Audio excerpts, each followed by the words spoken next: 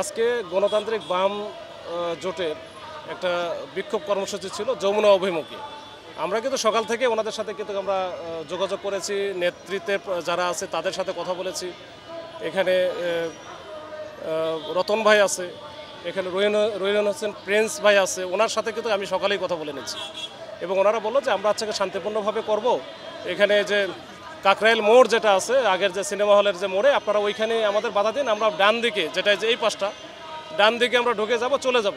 তো আমি তাদেরকে বারবার সতর্ক করছি, ভাই আপনাদের মধ্যে তো অনেকেই থাকে খুব এগ্রেসিভ, আমরা যে ওইখানে যে আমরা তো হিউম্যান চেইনের মধ্যে দেবো, আমাদের কোনো ব্লকেট নাই।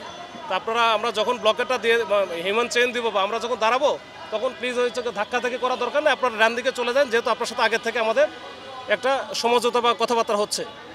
তো সেই প্রেক্ষিতে কিন্তু ওনারা আসলো, আমরা কোনো রকম ওইখানে দেখছেন যে প্রেস ক্লাব থেকে যখন বের হয় আমরা কিন্তু কোনো কিছু বলিই নাই, তখন আমরা জানি যে আমাদের সাথে কথাবার্তা ওইভাবে হচ্ছে। এখানে আসার পরে আমরা যখন এখানে সবাই চলে আসছে, আমাদের ফোর্স এখানে দেওয়া ছিল, ফোর্সকেও বলা হয়েছে, বলার পরে ফোর্স কিন্তু এখানে আসছে, আমরা দাঁড়াইছি, কিন্তু তারা দেখছেন যে আমাদেরকে ঠেলে ঠুলে এখন ওই যমুনায় যাবে। এখন সবাই যদি যমুনায় চলে যায়, যেভাবে কথা ছিল সেটাও যদি না হয়, তাহলে আমরা আর যাবো কই, একটু বাধা দিব, এটা তো আমাদেরকে যদি সরে যায় তাহলে আমরা তো আটকাবো। এখানে 144 জারি আছে, সব কিছুই আছে, এখন আমরা এখানে যেতে দেবো না। এই যে বাধা দিছি, এই বাধা দেওয়ার সময় যে তারা আমাদেরকে ঠেলতেছে, ঘুষি মারছে, কিলাইতেছে, এখন পোলাপান তো আর সব কিছু আটকায় রাখা যায় না, তখন এরাও হচ্ছে বাধা দিচ্ছে। এই বাধা দেওয়ার পরে এখানে একটা হিসিং হয়েছে, এই হিসিংটা হওয়া একেবারে অপ্রত্যাশিত। আমরা চাইছিলাম এটা একেবারে শান্তিপূর্ণভাবে এটা শেষ হবে বা চলে যাবে, কিন্তু আসলে এটা হয়ে গেল। এই ওনাদের নেতৃত্বে যারা আছে তাদের সাথে আবারও কথা বললাম, তো বললো যে আসলে এখানে সবাইকে তো আসলে কন্ট্রোল করা মুশকিল, আমাদের ফোর্সের যেমন অনেকগুলো থাকে, সবাইকে একসাথে কন্ট্রোল করা যায় না, ওনাদেরও একই অবস্থা হয়েছে। তো যাই হোক, এখন আপাতত ওনারা এখানে আছে, অবস্থান নিয়েছে, এখান থেকে হয়তো বা এই প্রেস ক্লাবের দিকে আবার চলে যাবে। এই আপনাদের কেউ আহত হয়েছে কি?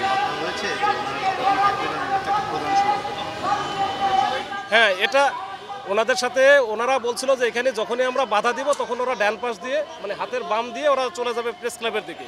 তার মানে এখানে কিন্তু বেশ থাকার কথাই না। এখন যেহেতু এটা হিসিং হয়েছে, এখন ওরা দেখে, আমি যারা নেতৃত্বে আছে, আমি যে রহিন হোসেন প্রিন্স ভাই আছে, রতন ভাই আছে, ওনাদের সাথে একটু কথা বলে আমি দেখি চেষ্টা করতেছি সলভ করার জন্য। আপনাদের কেউ আহত আছে? আমাদের আহত হয়েছে ওই যে